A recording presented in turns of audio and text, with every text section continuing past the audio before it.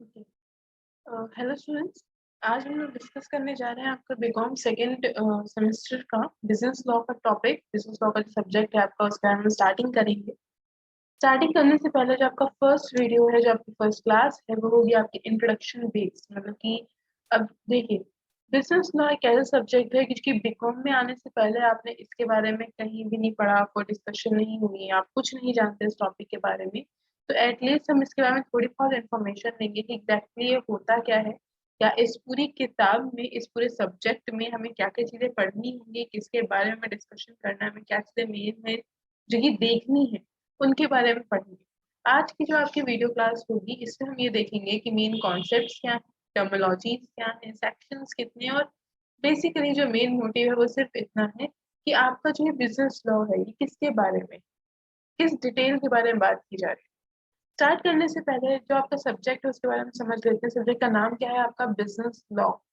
Law क्या होता है, पहले हम लॉ को समझेंगे। तो फर्स्ट वर्ड हम बार बार बोल रहे हैं, डेट इज लॉ। ये लॉ क्या है?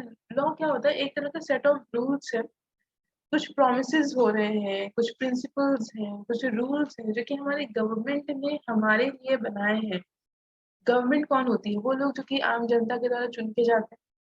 उस गवर्नमेंट ने अपनी कंट्री को सही तरीके से चलाने के लिए जितने भी रूल्स रेगुलेशंस बनाए हैं, उन सबका जो पूरा सेट है, जो पूरा एक ग्रुप है उन सभी रूल्स का, वही रूल्स क्या कहलाते हैं? यहाँ पे लॉ कहलाते हैं। अगर हम देखें तो यहाँ पे क्या है? Law is a rule of a conduct impose and enforced by the civilians. क्या बोला गया है? गवर्नमेंट के द्वारा जो भी रूल्स वगैरह हैं, या जो भी रूल ऑफ कंडक्ट है, वो सारी जो भी गवर्नमेंट रेगुलेट करती है ताकि आप क्या कर सके, पूरी कंट्री को सही तरीके से चला सके, वो क्या कहलाता है? आपका लॉ कहलाता है। In other words, law is a set of rules and principal enforced by the. सीधी बात ये है, क्लियर आपको समझ में? लॉ क्या है? मतलब कि जो भी चीज हम इसके अंदर पढ़ने वाले हैं वो किसके द्वारा बनाई गई है? आपकी गवर्नमेंट के द्वारा बनाई गई है।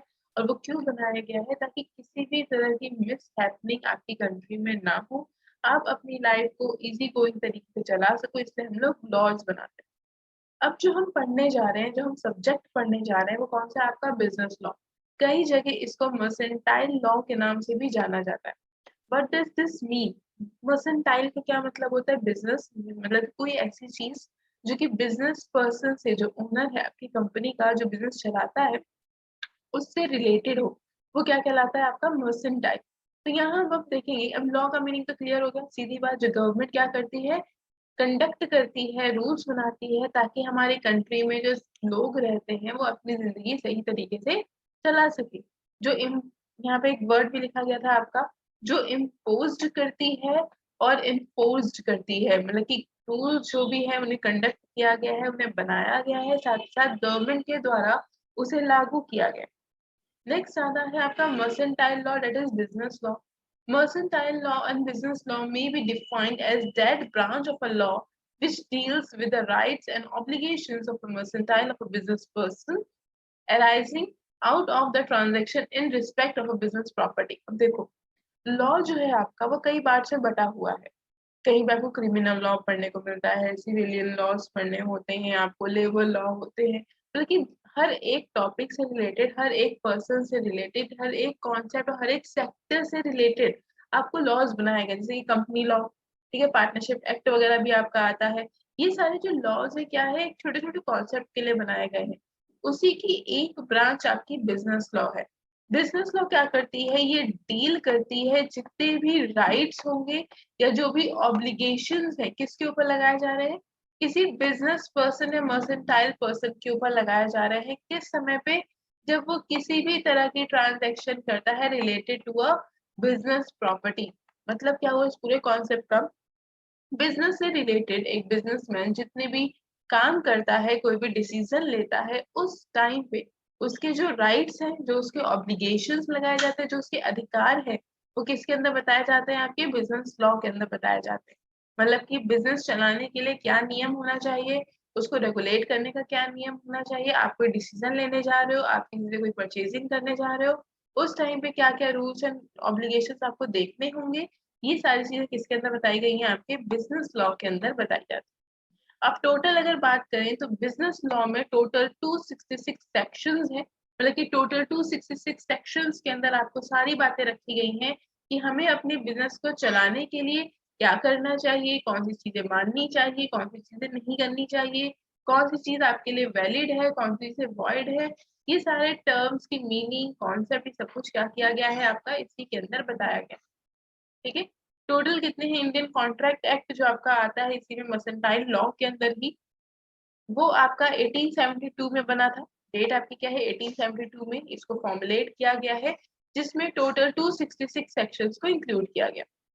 अब जो ये आपके टोटल 266 सेक्शंस है, ये भी कई पार्ट्स में बांटे गए हैं।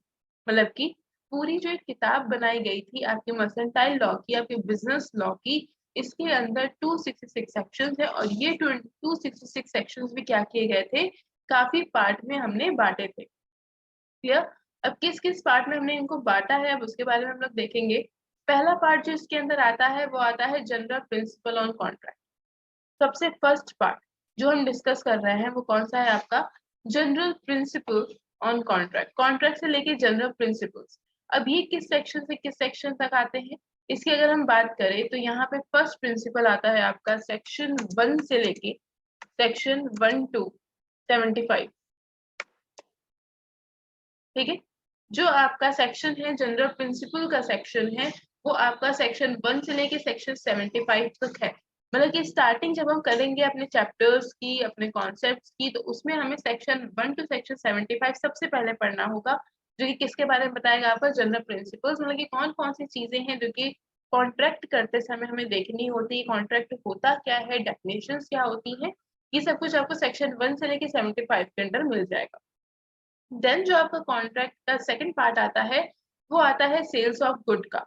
सेल्स ऑफ गुड के अंदर क्या बातें की जाती हैं कि कौन सी चीजें हैं जो कि सेल, जब आप सामान बेचते हो उससे रिगार्डिंग जितने भी रूल्स हैं वो किस में आते हैं? आपके सेक्शन 76 टू 123। मतलब कि सेक्शन 76 से लेके सेक्शन 123 तक जितने भी रूल्स आते हैं कि सामान को हमें कब बेचना होगा, किसको बेचना होगा, कौन से रूल्स हैं जो कि हमें उस टाइम पे फॉलो करने होंगे, ये सारे क्या है इसके अंदर बताया जाता है। मतलब कि 1 से लेके 75 तक किसके अंदर आते हैं? आपके जनरल प्रिंसिपल्स के अंदर आते हैं आपका कॉन्ट्रैक्ट के। एंड देन 76 से लेके 123 तक किसके अंदर आते हैं? आपके सेल्स ऑफ गुड के। अब इसी को आगे कंटिन्यू करेंगे। देन आता है indemnity and guarantee. Indemnity and guarantee क्या होता है? जब आप कोई सामान बेचते हो, कई बार ऐसा होता है कि आप क्रेडिट बेसिस पे उसको सेल करते हो, तो क्रेडिट बेसिस पे आपको कोई ना कोई चीज गिरवी रखनी पड़ती है, गारंटी पे रखनी पड़ती है। ये सारी चीजें इसमें कॉन्सेप्ट में बताया जाएगा कि आपके प्रोडक्ट की गारंटी कितनी रहेगी, कॉन्सेप्ट क्या है, आप चीट तो नहीं कर रहे। इंडेमनिटी एंड गारंटी के अंदर काफी चीजें हमें पढ़नी होंगी, इसके और डिटेल पढ़ेंगे। ये आएगा आपका सेक्शन 124 टू सेक्शन 147। मतलब कि 123 तक हमने सेल्स ऑफ गुड्स के बारे में पढ़ा। देन 124 से लेके सेक्शन 147 तक हम किसके बारे में पढ़ेंगे? आपका इंडेमनिटी एंड गारंटी के बारे में पढ़ेंगे। इंडेमनिटी एंड गारंटी के बाद अगर हम बात करें तो आता है आपका बेलमेंट। बेलमेंट के अंदर आपके सेक्शंस आ जाएंगे सेक्शन 178 टू सेक्शन 181। क्लियर? मतलब कि सेक्शन 148 से लेके 181 तक के सेक्शंस जितने भी दे रखे हैं वो आपको किसके अंदर पढ़ने हैं? आपको टोटल बेलमेंट के बारे में बताएगा कि बेलमेंट क्या होता है, बेली कौन होता है, बेलर कौन होता है, इसका मीनिंग क्या है, कौन कौन से केसेस इसके ऊपर लगाए जाते हैं, क्या रूल्स है, क्या कॉन्सेप्ट है, ये सारी चीजें आपकी बेलमेंट के अंदर आ जाएंगी। क्लियर? तो अभी हमने क्या देखा? टोटल 266 में से 181 सेक्शन तक की हमने बात कर ली है, जिसमें कि सेक्शन 1 से लेके सेक्शन 75 तक इसके अंदर आता है आपका जनरल प्रिंसिपल्स के अंदर आता है। वहीं पे अगर बात करें सेल्स ऑफ गुड की तो सेक्शन 76 से लेकर आपका सेक्शन 76 से लेकर 123 तक इसके अंदर आ रहा है आपका सेल्स ऑफ गुड्स के अंदर आ रहा है। इंडेमनिटी एंड गारंटी की अगर बात करते हैं तो इंडेमनिटी एंड गारंटी के अंदर जो आपका कॉन्सेप्ट आता है वो सेक्शन 124 से लेके 147 तक आता है। बेलमेंट में 148 से लेके 181 तक आता है। इसी में आगे देखते हैं, नेक्स्ट आता है आपका एजेंसी बेलमेंट तक का कॉन्सेप्ट हो गया। एजेंसी कहाँ से शुरू होती है? आपकी सेक्शन 182 से लेके जो 228 तक, 238 तक, सॉरी। मतलब कि एजेंसी का क्या कॉन्सेप्ट है? एजेंसी के अंदर में पढ़ना होता है कि आपकी कंपनी के बेसिस पे कौन लोग हैं जो कि डिसीजन लेने में आपकी हेल्प करते हैं, कौन दो लोगों के बीच में एज एन एजेंट वर्क करते हैं, एजेंट होता कौन है। ये सारे कॉन्सेप्ट आपको सेक्शन 182 से लेके 123 के अंदर आपको मिलेंगे। देन आता है आपका पार्टनरशिप। पार्टनरशिप का जो कॉन्सेप्ट है वो आपका सेक्शन 239 से लेकर लास्ट 266 तक आता है। और आपको कोर्स के अकॉर्डिंग किस चीज के ऊपर मेन फोकस करना है? पहला, जनरल प्रिंसिपल्स के ऊपर कि कॉन्ट्रैक्ट के जनरल प्रिंसिपल्स क्या हैं, कितने पार्ट्स में डिवाइड। अब देखो ये जो पूरे सेक्शंस है ना, ये सारे सेक्शंस भी कुछ सब पार्ट्स में डिवाइडेड है, मतलब कि किसी में किसी चीज का मीनिंग दे रखा है, किसी में किसी अदर टॉपिक के बारे में बात की गई है। तो हमें जैसे ये सेक्शन अभी हमने देखा पार्टनरशिप का 239 टू 266, इसके भी सब पार्ट किए गए। ठीक है, फिर 182 से लेके 238 इसके बीच में भी सब पार्ट है कि कहाँ से कहाँ तक की हमें किसके अंदर बात करनी है। जैसे हम स्टार्टिंग करते हैं सबसे पहले, जैसे जैसे हमारा टॉपिक आगे बढ़ते जाएंगे वैसे वैसे हम हर एक कॉन्सेप्ट के बारे में रीड करते चलेंगे। सबसे पहले जो आपका टॉपिक आता है, जो मेन चीज आपको इसके अंदर देखनी है वो देखनी है general principle of a contract के बारे में, कि अगर आप किसी से कॉन्ट्रैक्ट करने जा रहे हो या किसी से आप एग्रीमेंट कर रहे हो तो उस टाइम पे आपको कौन कौन से प्रिंसिपल्स हैं जो फॉलो करने पड़ेंगे और किसके बारे में मेन चीजें हैं जो कि आपको देखनी पड़ेंगी, हम उसके बारे में डिस्कस करेंगे। तो जो सबसे पहला आपका एग्रीमेंट था जनरल प्रिंसिपल का, वो क्या था आपका? Section 1 to 75। जो पहला आपका था वो कहाँ से कहाँ तक था? सेक्शन 1 से लेके 75 तक था। अब ये सारे सेक्शन में क्या किए गए हैं? डिवाइड किए गए। अब देखो सबसे पहला पोर्शन जो इसमें आता है, जो फर्स्ट पार्ट ये कवर करता है, वो करता है डेफिनेशंस का। ठीक है, तो जो डेफिनेशन का कॉन्सेप्ट है वो सारा का सारा सेक्शन 2 के अंदर दिया गया, जिसमें सेक्शन 2A 2B 2C करके आपने सारे पढ़ने। और अभी हम ये देखेंगे कि सेक्शन 2 के अंदर कितनी डेफिनेशन आती हैं, मतलब कि वो कितने टर्म्स आते हैं जो कि आपको पढ़ने होंगे। ठीक है, ये आपका फर्स्ट पोर्शन था जो कि आपको सबसे पहले जनरल प्रिंसिपल्स में देखना होगा। जो दूसरा कॉन्सेप्ट आता है, सेकंड पार्ट इसका आता है, वो बताता है फॉर्मेशन ऑफ कॉन्ट्रैक्ट के बारे में। Right, formation of a contract के बारे में बात होती है कि कॉन्ट्रैक्ट कैसे फॉर्मुलेट किया जाता है, कैसे बनाया जाता है, इसकी बात की जाएगी। और ये कितने से कितने सेक्शंस के अंदर आता है? ये आता है आपका टोटल सेक्शन 3 से इसकी स्टार्टिंग होती है, क्योंकि देखिए सेक्शन 2 के अंदर तो हमने ये देख लिया कि डेफिनेशंस क्या होती है। देन आता है सेक्शन 3 से लेके सारे कॉन्सेप्ट स्टार्ट होते हैं टू सेक्शन 30।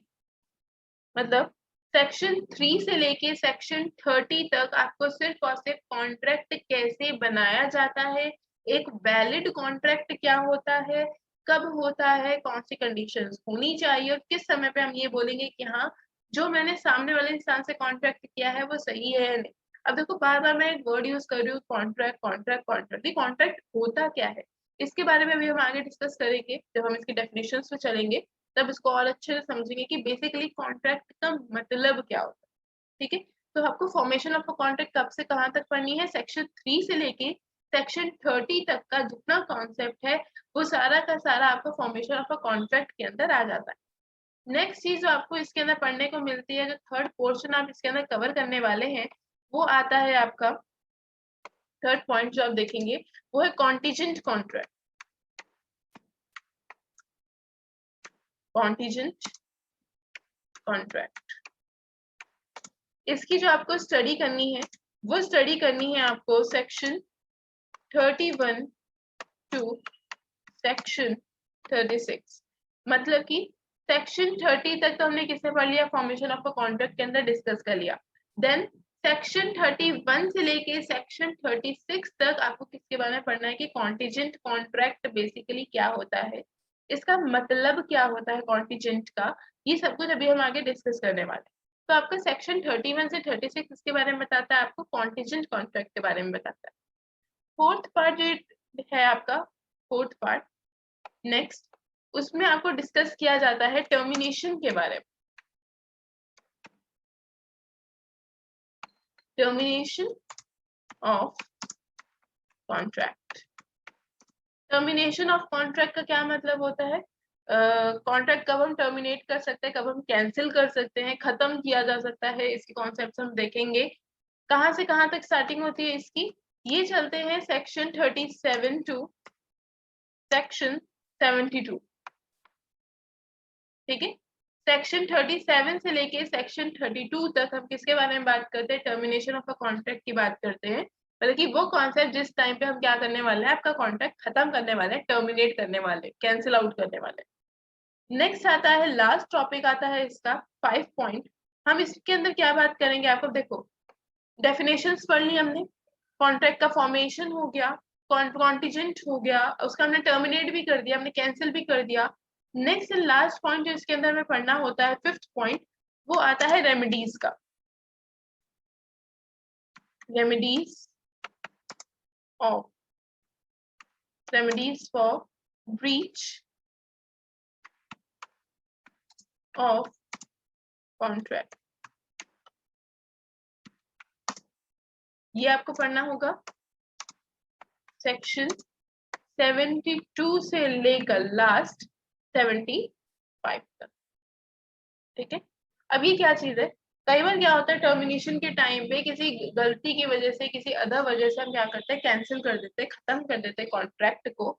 तो उस कॉन्ट्रैक्ट की वजह से जो ब्रीचिंग हुई है, कॉन्ट्रैक्ट को जो तोड़ा गया है, उसकी हमें कोई रेमेडीज चाहिए। फॉर एग्जाम्पल, मैं किसी से कॉन्ट्रैक्ट करती हूँ कि हमें 10,000 यूनिट मैन्युफैक्चर करके आप दीजिए, और जब तक वो लोग बना रहे थे मैंने क्या किया, कॉन्ट्रैक्ट को कैंसिल कर दिया, मैंने कहा मुझे आपसे कोई सामान नहीं चाहिए, क्या हुआ, टर्मिनेशन हो गया कॉन्ट्रैक्ट का।